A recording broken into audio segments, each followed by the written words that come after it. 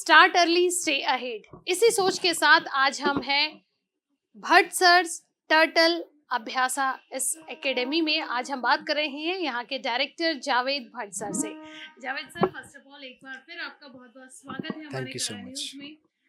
Bhatt sir, मेरा सवाल यही है कि आज इतने सारे इंस्टीट्यूट हैं, लेकिन एक परफेक्ट इंस्टीट्यूट की तलाश पेरेंट्स और स्टूडेंट कैसे करें, ये सवाल सबके मन में होता है। इसका एग्जैक्टली जवाब मैं चाहती हूँ कि मैम, जैसे हमारा टैगलाइन है start early stay ahead, yes, तो ये बहुत ही इम्पोर्टेंट हो जाता है for the preparation of NEET and JEE. Exactly, basically होता क्या है मैम, जब 10वीं क्लास के बच्चे का एग्ज़ाम ख़त्म हो जाता है तो उसको लगता है कि मेरे सर के ऊपर से बला टल गई, तो वो मामा के घर, मौसी के घर एक एक दो दो महीना वहाँ पे अपना टाइम वेस्ट करता है। जी, तो रिज़ल्ट का वेट करता है जो कि जून में आता है।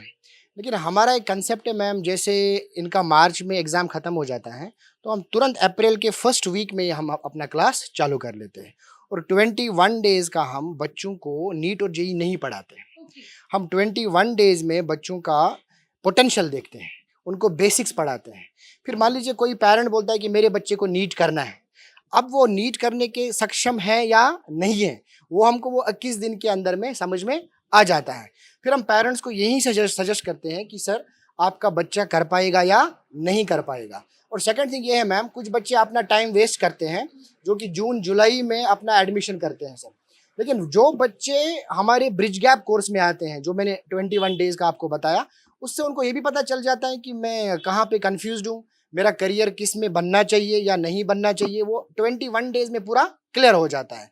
और वो 21 डेज़ हमने ऐसा भी रखे हैं कि आप पूरा बल्क में फ़ीस मत भरो, आप पहले देखो, आप अपना सीट बुक करो। उसके बाद अगर आपको लगता है कि नहीं हमारा बच्चा कर पा रहा है या नहीं कर पा रहा है, आफ्टर दैट आप अपना रजिस्ट्रेशन अच्छे तरीके से करो। उससे क्या होता है मैम, जो जैसे बड़े-बड़े कोचिंग्स में वहाँ पे बिज़नेस टू बिज़नेस मॉडल चलता है।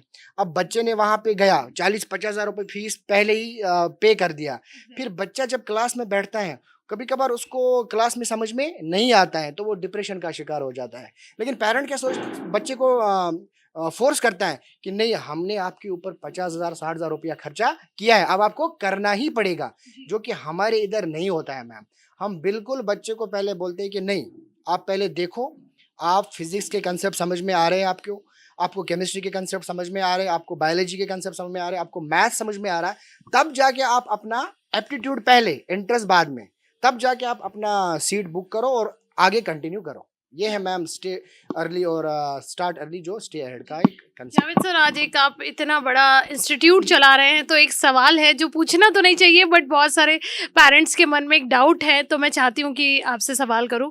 बहुत सारे इंस्टीट्यूट हैं, जैसा कि आपने कहा कि पहले पूरी पेमेंट ले लेते हैं, कई बड़ी बड़ी चीज़ें बताते हैं कि 100% श्योरिटी देते हैं कि आपका बच्चा जो है वो नीट क्रैक कर ही लेगा, JEE क्रैक कर ही लेगा। लेकिन इतने सारे प्रोमिस करने के बावजूद हम देखते हैं कि वो इंस्टीट्यूट हार्डली 3 या 4 महीने में ही बंद हो जाते हैं। तो पेरेंट्स का ट्रस्ट जो है वो कहीं ना कहीं ऐसे इंस्टीट्यूट पे नहीं बैठता है।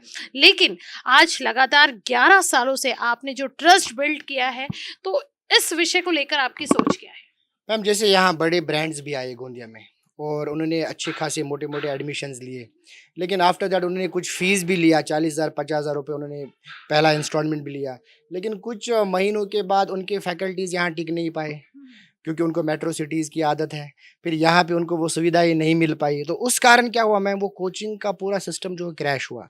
अब वो उन पेरेंट्स का क्या, जिन्होंने अपना ट्रस्ट जताया था उस कोचिंग के ऊपर, वो पेरेंट्स भी फिर शफल आउट हो जाते हैं। उनको मालूम है कि अब हमको यहाँ से कुछ मिलने वाला नहीं है। तो बीच सेशन में बच्चे हमारे पास आ जाते हैं, क्योंकि हम तो मैम 10-11 साल से यहाँ पे हैं ही, जी, और यहाँ पे हमारा इतना ट्रस्ट है कि हमारे जो फैकल्टीज़ है वो अब पूरा घर-बार यहीं पे, उनका सारा चीज़ फैमिली सेटल यहीं पे है, सारी चीज़ें यहाँ पे सेटल्ड है। तो हमारे ऊपर वो ट्रस्ट फैक्टर की अब बात ही नहीं है मैम, क्योंकि हम 10-11 साल से ऑलरेडी इस फील्ड में गोंदिया में अपना सर्विसेज़ दे रहे हैं। तो उस चीज़ को साइड में रखते हुए, ट्रस्ट फैक्टर को साइड में रखते हुए, मेरा पेरेंट्स से ये है कि जैसे मैं बोलता हूँ कि 2, 3, 4, 5 कोचिंग आप पहले घूमो। आपको जहाँ का टीचर, जहाँ का स्टडी एनवायरनमेंट, जहाँ का मटेरियल, जहाँ का ऑल इंडिया टेस्ट सीरीज़ अच्छा लगे, आप बच्चे को वहाँ पे भेजिए।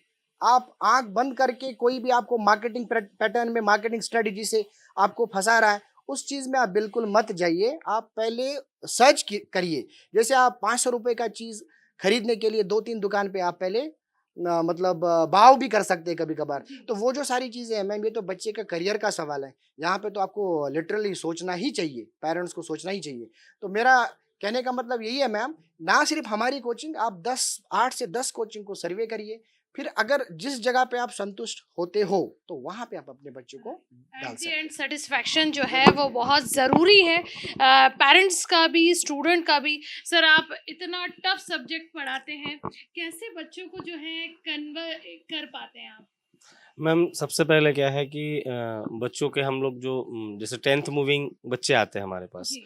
तो जैसे सर ने आपको बताया कि हम लोग ब्रिज गैप कोर्स, इसका नाम ही हम लोगों ने ब्रिज गैप कोर्स इसलिए रखा है ताकि जो गैप उनका बोर्ड पैटर्न से ट्रांजिशन में कंपटीशन एग्जाम में होता है, हम लोग वहाँ पे कवर अप करते हैं जी। बच्चों का। जैसे कि मान लीजिए अगर मैं स्टूडेंट हूँ, हमारे पेरेंट्स ने मुझे ब्रिज कोर्स में लगाया, तो मैं 21 दिन में ये वहाँ पे मेरा ये एनालिसिस हो जाएगा कि हाँ यार, मेरे को मैथ्स में भले ही मैथ्स नहीं बन रहा है बट एक इंटरेस्ट जाग रहा है क्या। समटाइम्स हमने ऐसे बच्चों को देखा है मैम जो लिटरली 10th में 60-70% मैथ में लाए।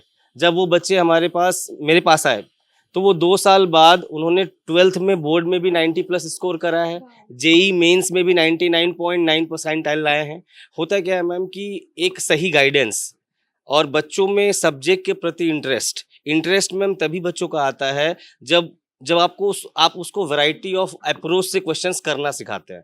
ठीक है, आजकल क्या है कि बहुत सारे छोटे छोटे शॉर्ट्स आ जाते हैं, इंस्टाग्राम, सोशल मीडिया, है ना। बहुत सारे टीचर्स हैं, अनडाउटेबली मैम कोई भी टीचर्स बुरे नहीं होते हैं, है ना। सब अपने बच्चों को अच्छा ही सिखाते हैं ताकि उनका ग्रोथ हो।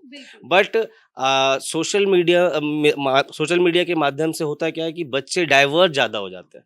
ठीक है, जो उनका अप्रोच, एक आईक्यू लेवल उनको बढ़ना चाहिए खुद से क्वेश्चंस करने पर। उनको एक आइडिया लगना चाहिए ना कि हाँ भाई, लास्ट 3 ईयर्स से जेई का पैटर्न क्या आ रहा है, जेई एडवांस किस पैटर्न पे। क्योंकि हम लोग एज ए टीचर मैम, मेरे को लास्ट 13 ईयर्स का एक्सपीरियंस है मैम इस जोन में मैम।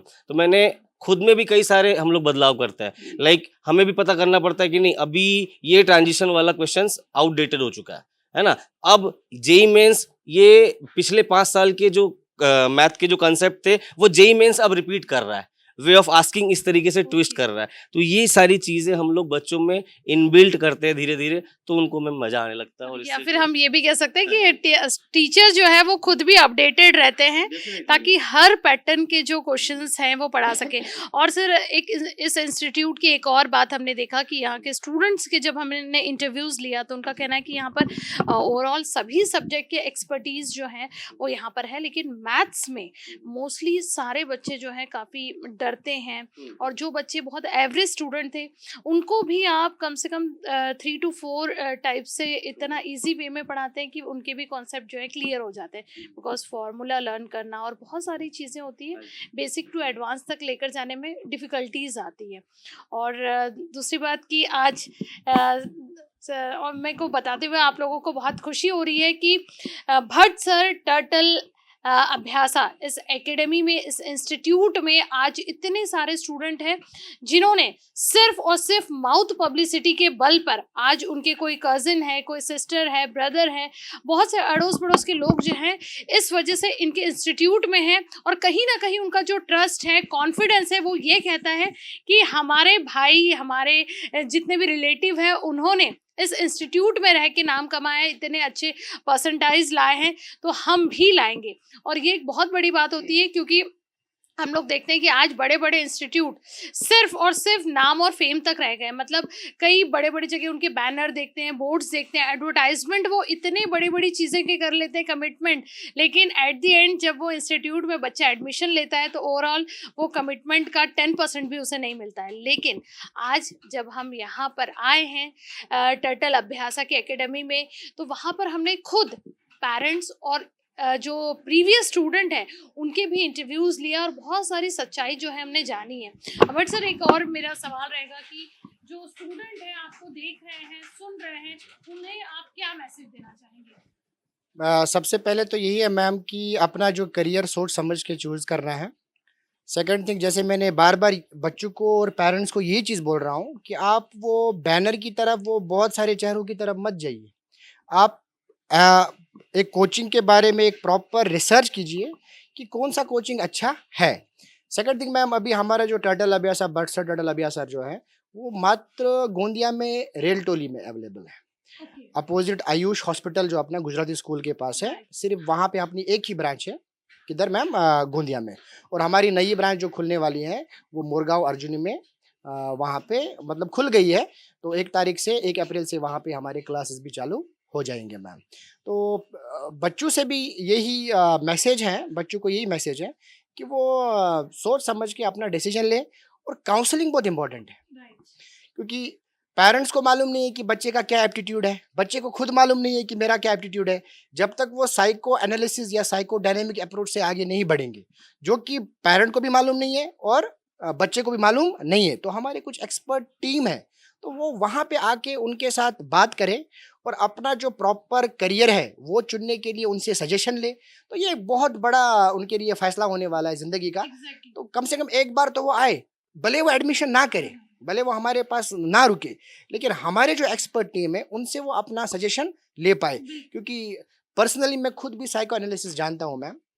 जो बैरन की एक किताब आती है जो बहुत ही बड़े किताब है, साइकोलॉजी की किताब है, तो वो मैंने खुद पढ़ी है मैम। उसमें बहुत सारी चीज़ें हैं जो बच्चे के अंदर में एक छुपी हुई कुछ छुपा हुआ एक टैलेंट होता है। बेसिकली वो 8th क्लास से ही होता है साइको एनालिटिकल टेस्ट। लेकिन अभी बच्चे हमारे पास जनरली आते हैं 8वीं से भी आते हैं और 10वीं के बाद भी आते हैं। तो 10वीं के बाद भी हमको वो 2 साल के अंदर में पहले अटेम्प्ट में किस तरीके से नीट को निकालना है, जेई को निकालना है, वो हम उनको सजेस्ट करेंगे मैम। राइट। और इसका बहुत बड़ा एग्जाम्पल जो है अभी थोड़ी देर पहले ही मिला। एक स्टूडेंट से हमने आपकी एकेडमी में बात की जिसका कहना था कि मेरी मम्मी चाहती थी कि मैं नीट करूं, लेकिन मैं पर्सनली चाहता था कि मैं JEE करूं।